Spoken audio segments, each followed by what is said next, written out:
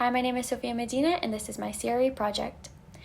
I feel a sense of embarrassment, and then I try to admit to myself and others that I was wrong. And then I try to retrace my steps and see, where did I go wrong?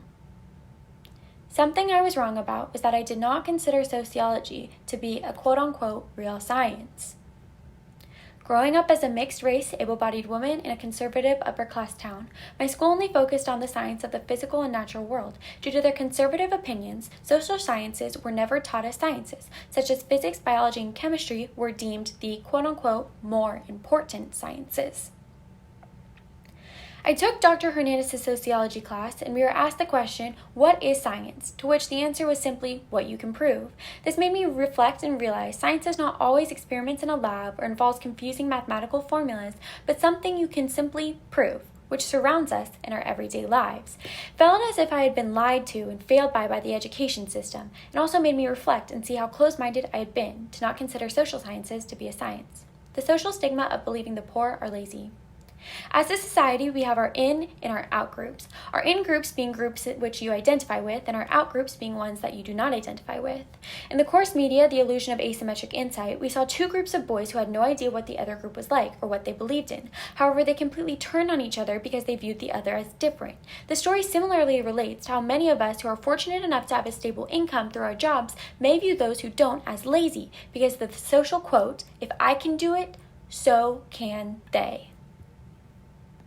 Unconscious bias uses our instinct over our analysis, or our conscious mind. Thus, using the social example from above, the first thought that comes into our mind would be to judge our outgroup and believe the quote-unquote illusion of asymmetric insight, or the belief that you understand another group better. In the situation of the poor, those who have a job may come to the conclusion that those who do not have a job are just lazy, when in reality, it may be due to other factors, such as a lack of childcare support, not being able-bodied, or never having equal access to education or job support. We learned in the course media the danger of tribalism, how tribalism is a group of people who are connected in a meaningful way. This can be through sports, religion, politics, or even by blood, which allows for them to make a distinction between members in the group and those out of the group. Using the social issue from above, we can see how those with more wealth, those who are fortunate enough to have a job, or those who simply have not experienced the burden of living in poverty would have a meaningful connection in that they are financially stable, and thus their perspectives on those who lack that would be different. My name is Ashley Pearson. I am a straight, white, female, and Christian. I'm Taylor. I am also a straight, white, Christian female. I realize I'm wrong. I'm usually stubborn and I don't like to accept I it. feel the same way. I think I might get a little butthurt at first, but I feel like I'm always trying to do my best to do better.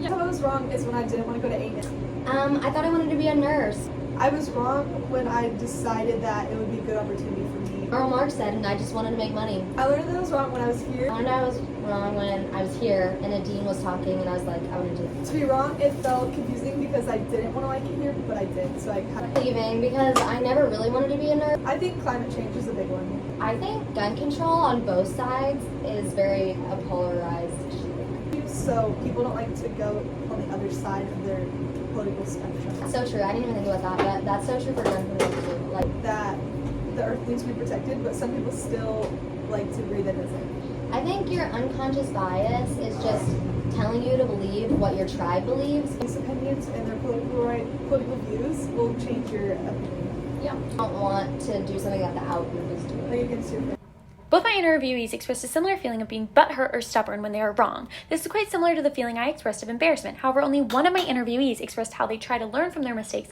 which I found quite interesting, as this is ultimately a great tool to grow to learn as individuals. It was quite interesting to see my interviewees chose topics that had a personal connection to them, whether it be not attending nursing school or attending Texas A&M as a whole, and how I ultimately chose a more broader topic.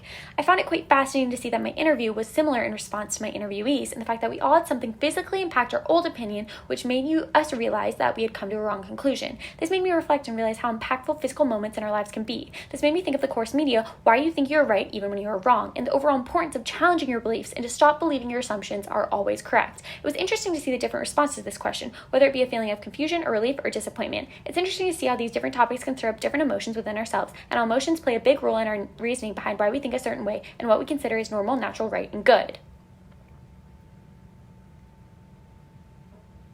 The social issues my two interviewees chose were climate change and gun control. While we all had different issues, they are ones that are predominantly discussed in current day media. I also find it quite interesting how one of my interviewees used the word polarization to describe the big difference in beliefs between those for and against gun control. It's interesting to point out how my interviewee said that people do not want to change sides and that they want to stick with what they know. This is similar to in and out groups, which I mentioned in my personal interview. This correlates to the course media, the danger of a single story, and how dangerous and problematic it is to stick to one side of a story or a viewpoint, and the importance of getting to understand the other side through open conversation. It was quite interesting to see that both my interviewees had the same opinion on how often we place our non-logical thoughts above logical thoughts, which would go with my answer in my personal interview about what I said about the illusion of asymmetric insight. My interviewees had a similar answer to my interview. However, I thought it was interesting how one of my interviewees brought up how a lot of the times we'll stick to our in-group response even if we have varying views, just to not be different from our in-group. I found this interesting and reflected how as ultimately human society we just want to be accepted and feel valued.